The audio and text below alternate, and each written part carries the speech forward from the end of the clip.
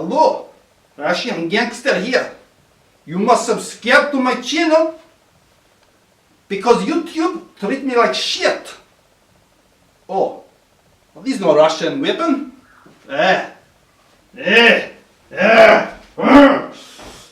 Hey, nice people, how you doing? So many discoveries in one video. What can one do? So watch to the end. There's so many discoveries. I'm not the boss of your life, but I implore you to watch to the end. I really do implore you to do this. There's so much in this video.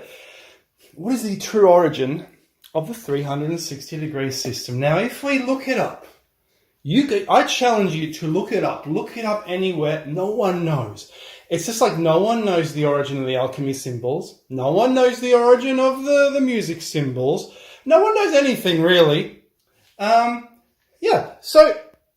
what we're going to do is to present three different possibilities, which I've encountered and come up with a few of them. And the implications of these are extraordinary, pointing to lost civilization. So let's look at it. So, and first I will introduce some existing theories. One of the clues is that 3/100s plus 3/20s, there's a base trinity inside the 360, which is very interesting indeed. The trinity, of course, a Stone Age thing. It's pre-Christian. You might be wondering, what's so Jesus about the Trinity that the Roman Church uses? It's because the Christianity was implanted onto a pre-existing, well-established Roman religious system. And the dirty snowball concept, basically, this is the dirty snowball concept, what I call the dirty snowball concept in action. What's happening is that this old base 3 system is affecting us today. As the snowball rolls down the hill, it picks up debris and the science expands almost like a crystal, but it's not a crystal, because if it was a crystal, it would be the same throughout. It's not. Archaeology is a dirty snowball, believe it or not, because archaeology is still being driven by its inner structure, which is creationism. The Earth cannot be more than 6,000 years old. Civilization cannot be more than the age of Adam, or 5,000 years old. So anything before that is never, to this day, referred to as a civilization. Jericho is a city. Is that a civilization? No, it's not a civilization. No, it's not civilization. No, it's just a Stone Age. Yeah, just an anomaly. Right. So, Uriel's Machine is an utterly genius book. Utterly Genius by Christopher Knight and Robert Lomas. And to summarize, they have said that 366, it originally started as a 366-degree system, and it degraded into a 360-degree system for the sake of simplicity. That is wrong, and I'm going to prove why that's wrong later. But everything else they do is right. And they say the system was generated by Britain. The 366-degree system was generated in ancient UK, or the Beaker Empire, the entire Atlantic coast, which built stone circles. But they don't call it the Beaker Empire, they call it the corded ware culture. And there are many revelations in their book. They say that the Book of Enoch is about Stonehenge. It's about standing inside Stonehenge looking through the doorways. They say the Book of Heavenly Luminaries, another Jewish book, is actually, believe it or not, a book about how to build a stone circle. And they can only have been written in the Beaker Empire. And they were somehow taken maybe by the Phoenicians to Israel, rewritten. So we do have some texts from the Beaker Empire. They say that they are actually examples of Enochian Judaism. Enochian Judaism seems to have been, they consider, a system that prevailed in Britain until Christianity arrived. Roslin Chapel, for example. They went, in the appendix of their book, they go over to Roslin Chapel. There's a very bad drawing of Roslin Chapel. They take some biblical scholars and they're going to say, they said to the biblical scholars, guys, this is not a church. People who have analysed it have said this is not a church. It's a folly, or It's something pretending to be a church, a cathedral. It's something. It's a pretense, and they think it's a Jewish Enochian temple. And the biblical scholars went in there and they said, "God damn it, you're right. It is. It's a Jewish temple in Scotland." And they think Freemasonry derived out of this. We'll talk about all this a bit later, and also about how the pyramid dimensions were generated, possibly in the UK, then taken to Egypt to build the pyramids, which are the dimensions of the world. Enochian Judaism is Stone Age and was replaced by Temple Judaism according to Knight and Loomis. Now, how does it all work? They basically found a book called Butler's The Bronze Age Computer Disc, 1999. A most unfortunate title for a genius work, because obviously it's not a computer disc, but you would judge a book by its title. You would say it's rubbish. I have that book. I haven't read it yet. I didn't know it was so good, but the guy is a genius. Based on the megalithic yard, you can get the orbital velocity, the size of the Earth. And what they did was they took his system, which was a 366-degree system, and they used it to generate the megalithic yard. They realized, these two authors, Knight and Loomis, that 366 swings of a pendulum, 1 megalithic yard in length, times 1 on 366 movement of the sky. And that is how a megalithic yard was generated.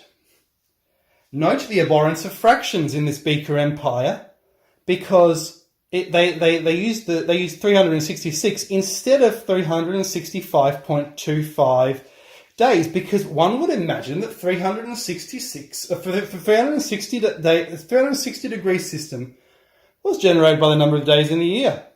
Doesn't seem so, but it's close. And because it was close, it's stuck.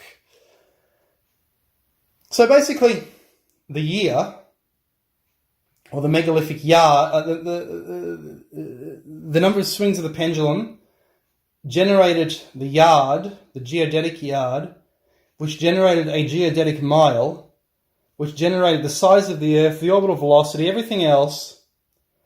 Or did all this pre-exist in a lost super civilization, which then generated the Stone Age interpretation of that? And I'm going to read a quote right now. It's unbelievable. Bear with me. Now, don't switch off. Watch this to the end. It's really good, but this quote is hard going. In the Minoan and the preceding megalithic system of geomeasurement, the circumference of the Earth is split into 366 degree, and each degree is further split into 60 minutes, with each minute divided again into 6 seconds. Each megalithic second of arc represents the distance of 366 megalithic yards on the Earth's surface, and 6 of these comprise the distance a megalithic minute of arc covers the Earth's surface, and is equal to 2,196 megalithic yards, a unit that Butler called the megalithic mile. There are 60 megalithic minutes of arc to the megalithic degree, and therefore also 60 megalithic miles, that is, to the arc. Since there are 366 megalithic degrees to the circle, it follows the circumference of the Earth should be 60 times 366 megalithic miles, which comes out to 21,960 megalithic miles. Convert this number into kilometres, the result is 40,009.98 kilometres. The polar circumference of the Earth is presently estimated to be 40,010 kilometres, so the megalithic people agreed with modern measurements to the last 20 metres. Such a precise match is unlikely to be mere coincidence. And that is basically Knight and Loomis paraphrasing Butler. And that is possibly how the Great Pyramid is so precise, because these were built, I think, by English people, as we've seen in another video. I've kind of proven that, sort of. But let's continue. Back to 360. So Fred Hoyle on Stonehenge, a brilliant book. He tested Gerald Hawkins' theories, and he's found that they're, I think they're 1 on 32 chance of being incorrect. So they probably are correct. And that is that Stonehenge is a lunar eclipse predictor. Thing is, though, he says you actually don't need Stonehenge. And that's true. if you had the science to build Stonehenge, why would you need Stonehenge? And as for 360, he says it's actually based on bad astronomy. Now, I'm saying, oh, really? And I like to troll people by writing, you're wrong incorrectly. So, Hoyle, you're wrong. And he suggested, 30 days, which is a roundup of a lunar month, which is the mean length, that's the mean length, times 12, you get 360 days in a lunar year. And he reckons that might be how it's generated. Look, it's a possibility. But of course, that is not the same as that. So he's unsure where 360 originates. As he writes, no reason to suppose Stonehenge man wasn't aware of 365.25 day year. And yes, he also says why bother with Stonehenge when he says you can use a wooden pegboard. Now, he actually makes the assumption that there was no parchment or paper, which is, if there's a Book of Enoch, if there's a Book of Heavenly Luminaries, he's wrong. And it is widely assumed in the whole megalithic community that the whole Beaker Empire practiced Pythagoreanism. Just as a very fascinating aside, this is how it works. The Aubrey holes, he says, tracks the sun's position among the stars at Stonehenge, and two diametrically opposed pegs are placed in the holes, and they keep shifting every year or two. Those are the sun's shadow. And you would do a line of sight to see where the moon is, to see when the moon was going to intersect with one of these nodes. And he said something very interesting. He said he reckons, and by the way, these two nodes are probably Rahu and Ketu in Indian mythology. So straight away, he didn't know about Indian mythology. He didn't know about Rahu and Ketu, but it seems Rahu and Ketu are at Stonehenge. Which kind of proves his theory and Gerald Hawkins' theory. Gerald Hawkins, an absolute genius. Everyone in the 50s was saying Stonehenge was built by barbarians. He said, no, these were very smart people. And they said, rubbish, they didn't know this, rubbish. You see how much evidence we have? They don't have any evidence. But anyway, Hoyle said something very interesting. He said the fact these nodes are invisible led to a fascination about the invisible God. Thus, the sun god was replaced by the invisible God, Yahweh. And he reckons that started at Stonehenge. Fascinating. Jesus. More 360. Now, this is very interesting here because it seems that human ages are actually, were thought of in ancient times as generated by planetary orbits. Because, firstly, the alignment of the planets determined your life. So why wouldn't the alignments of the planets determine your age? So 10 is roughly the orbit of Jupiter. It's actually 11. 20, if you're age 20, you're one generation. You're basically reborn when you're 20. Because when you're 20, you sort of know everything about the world. You know everything already. You're arrogant. So you're like a baby. You're the whole universe. You know everything. And 20 years, every 19 and a half years, or almost 20 years, Saturn and Jupiter conjunct, as they're doing right now. The father and the mother, they come together. Now, what happens when you hit 30? Well, that's the orbit of Saturn. So Chronos, so you become wise. So Jesus starts teaching at 30. And of course, 40, which is a 30 plus a 10 or a 2 generations, is in the Middle Ages. As soon as you hit 40, you're old. That's 40. If you're 39, you're young. Anyway, 30 times 12 months, I've noticed, is 360 months. So when Jesus hit 30, he hit 360 in months, or otherwise known as moon years. So 360 degrees. A degree means a step down in Latin. 360 step downs, whatever that means. So this is the first. This is one of the possible reasons for what's going on, right? Yeah, it's just so fascinating, just so utterly fascinating. Yeah, I didn't skip a page. It's okay. So that's the first possible reason. Okay, but what's the relation of 30 and the 30, the orbit of Saturn, which generates the 360? What is the relation to Earth? And the answer is, well, I can't think of one. None. So that's a problem for the theory. So let's get a better theory, and I love this theory the best. So Hoyle is not an amateur astronomer, and I've noticed, and I've written about this in my pyramid book, that the moon, and I've read this in many amateur astronomy books, covers half a degree in the sky. And I thought to myself, well, isn't that funny? And as soon as you say, isn't that funny, that means you know you've made a discovery. That's what one of my professors said to me a long time ago. So I thought, surely that is not a coincidence that the moon, a very important prehistoric object in the sky, it happens to be half a degree. Is that a coincidence? More likely, the size of the moon generated the degree system, and that's what I truly think. And you won't see this anywhere. But there's a problem. If it's half a degree in the sky, that means the sky, what are considered to be 360 moons, takes up only one hemisphere. So it seems it was generated for the dinner plate Earth of Yggdrasil popping up through the middle, and maybe the Great Pyramid or Stonehenge placed theoretically in the centre somewhere there. So that's a problem. What about the other side? Then you'd have another 360 on the other side of a spherical Earth, and you'd have 720 moons. What's going on? So it looks like, if this system is true, if this theory is true, then the degree must have doubled in size from the moon size to a double size. And we have the double size. So this theory works with part B of this theory, the second possibility that of the second theory, clause B. That is an alchemy symbol, sun and moon. And you will notice, since the moon is the same size as the sun, half a degree, that makes 1 degree. And that is a monad, singular, God. Rebirth, regeneration, eclipse, end of world, or platinum in alchemy. That is the symbol of platinum. Sun and moon, gold and silver, and it was assumed that platinum was somehow a mix of silver and gold because platinum does not react. If you do electrochemical experiments, you use a platinum electrode because the electrode itself will not react with the electricity. It will not electrochemically react with the electricity.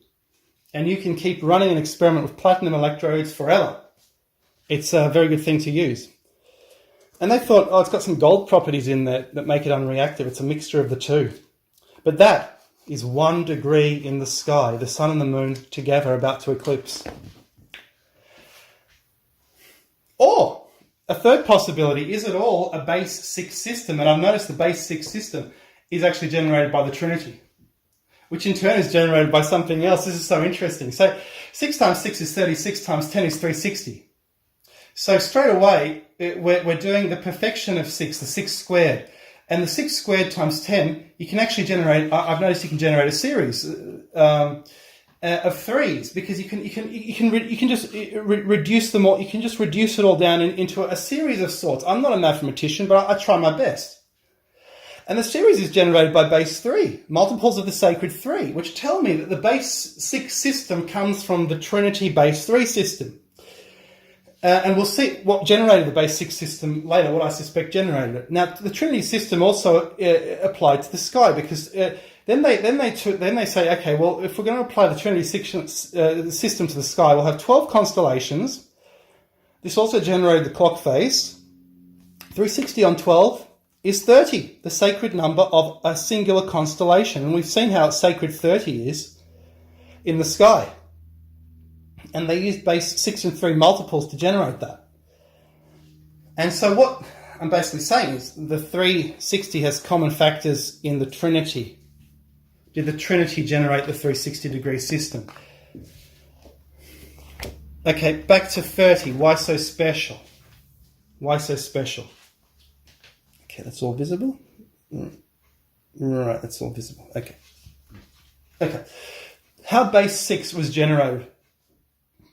Now, I've told you about base 6, so where did base 6 comes from? Well, firstly, why is 30 so special? Observable lunar month is 29 and a half days. You round it up to 30. Would that assist instead of using leap years? Maybe, they thought, rounding up to 30, that'll work. A couple extra leap days. Maybe that'll work. Let's try it. Oh, it doesn't quite work, but let's stick with it because 30 sounds nice. Yeah.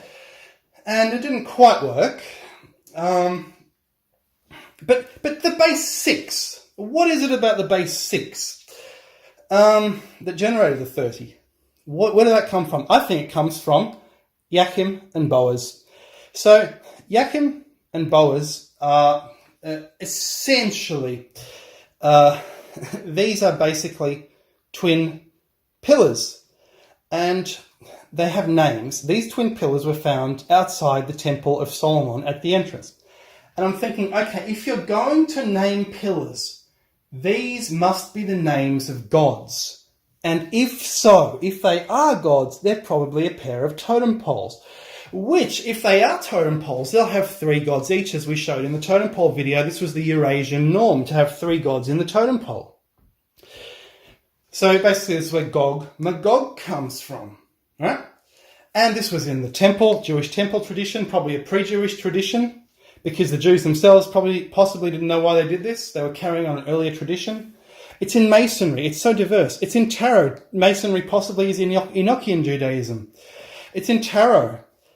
And Stonehenge had probably 9, because it had, in 9000 BC, they found 3 pillars in the Stonehenge car park. There would have been 3 pillars, and they're calling them totem poles, which means there would have been 9 gods. And 9, of course, is a very sacred number in ancient Britain, in Wales, for instance. And it brings me to an interesting aside. We talked about Andrew Koss. That I believe he's a very pre-Tesla figure. He's an electric universe theorist of the 19th century.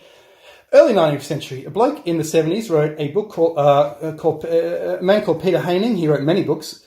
Wrote a book called The Man Who Was Frankenstein. And basically it seems Mary Shelley attended Koss's lecture in, I think, 1816 or something like that, in London. It was like the only time Koss lectured early in his life to the public, and they attended it. It's in their diary.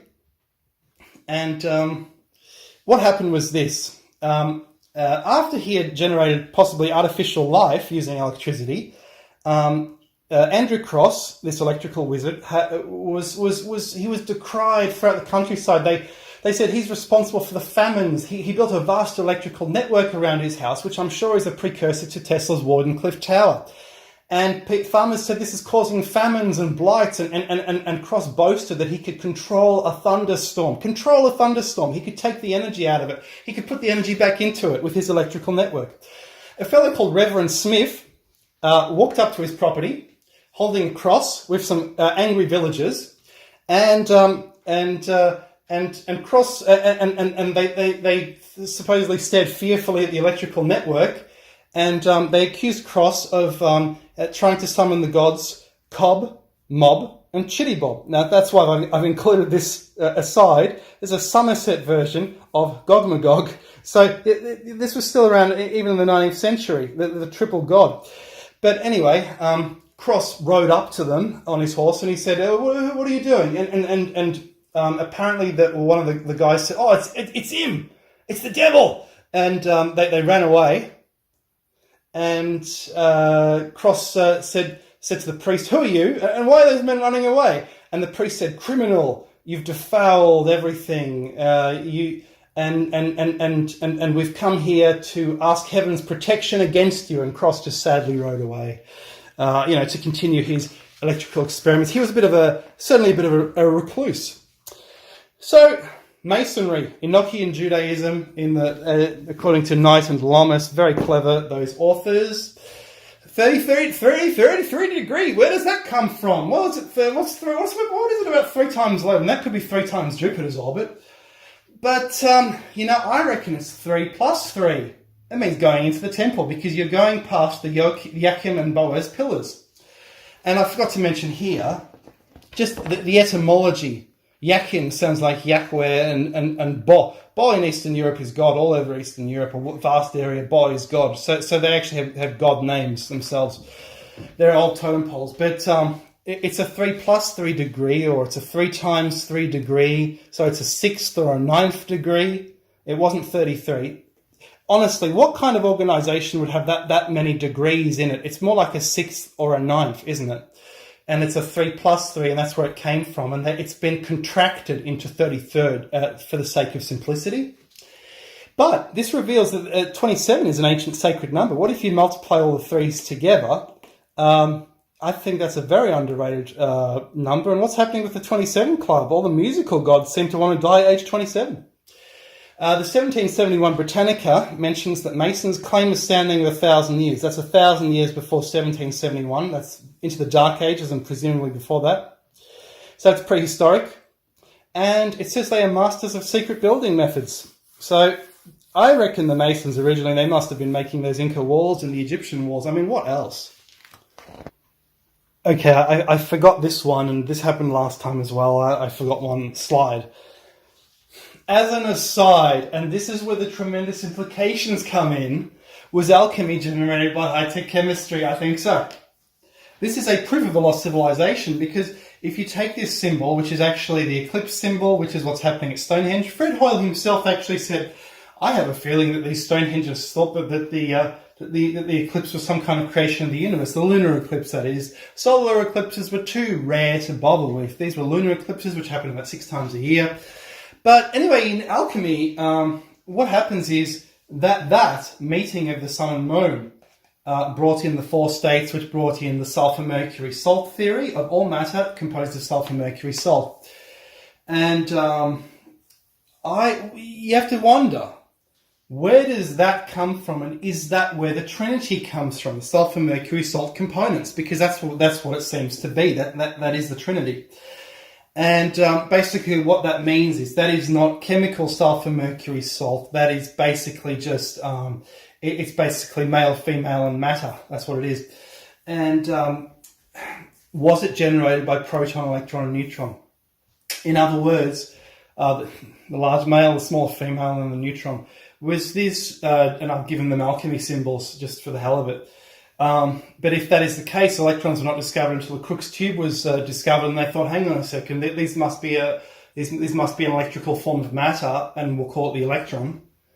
Was the Trinity generated by prehistoric chemistry, physics, in a lost high-tech civilization? I think it was. And I believe this is reflected in the pyramids. Look, I got the idea of thinking the pyramids is something else from Robert Temple, who said it was the Sirius system. Look, look, it's the brightest star in the sky for sure. It's only about 30 light years away or so. But and he said the very slight difference between Khufu and Khafre is the Sirius system. And I was thinking to myself, well, there's also a very slight difference between Alpha A and Alpha B in Alpha Centauri, the nearest star. And there's also a very slight difference between the proton and the neutron, and then a much smaller Menkaure. What's going on? Is this the proton, neutron, electron? Is this all the science of the world incorporated into the Great Pyramid? Even by Stone Age people who no longer knew what science even was, but they carried on the knowledge. I mean, why else would you do it this way? So chemistry generated alchemy, which generated chemistry. And for years they were trying to separate the proton, the electron, the neutron properties. I mean, an electron is basically what they meant as the mercury properties of matter. The fact it looks like water, the sea of electrons theory, which means that in a metal, if you have a sea of electrons, that it will be conductive, it will be cold, it will be metallic looking, it will be reflective, because these are the properties a sea of electrons confer. They're the same as the mercury properties. The sulfur is kind of, I don't know, you wouldn't call it the proton properties because you can't have atoms without electrons, but you see, this is what I'm saying. So, was Trinity generated by prehistoric chemistry? Because so prehistoric chemistry generated the Trinity generated the six, and the 3 possibly generated the 360 system, along with the size of the moon and the sun, and that is the conclusion of the video. Guys, I love this. I hope you love it as much as me. Unbelievable. And I'd like to finish on a quote. Pseudo-Aristotle in Secretum Secretorum. AnyXT tells me this is a fake book, but I don't think so. I've said it before. The sons of Seth had all the knowledge of the world, which was then lost and only partly re-established, and the Greeks by the Greeks, Arabs, and Christian academics. Thank you. Hope you enjoyed. Now I start to drink because Führer, bring wrong weapon. Just bring me wrong weapon. I want to threaten YouTube to subscribe, and they bring me wrong weapon. Unbelievable. Unbelievable. Führer, you selfish bliat, selfish bliat. Now I start to drink because you, Führer, because you. I just drink and drink because you, Führer. Now, Führer, you're so selfish. Only you do what you want to do, not what I want you to do. You know, I getting angry, and now you're running. Where are you going? You're running. You make me angry. I feel it. Don't make me angry. Stop running.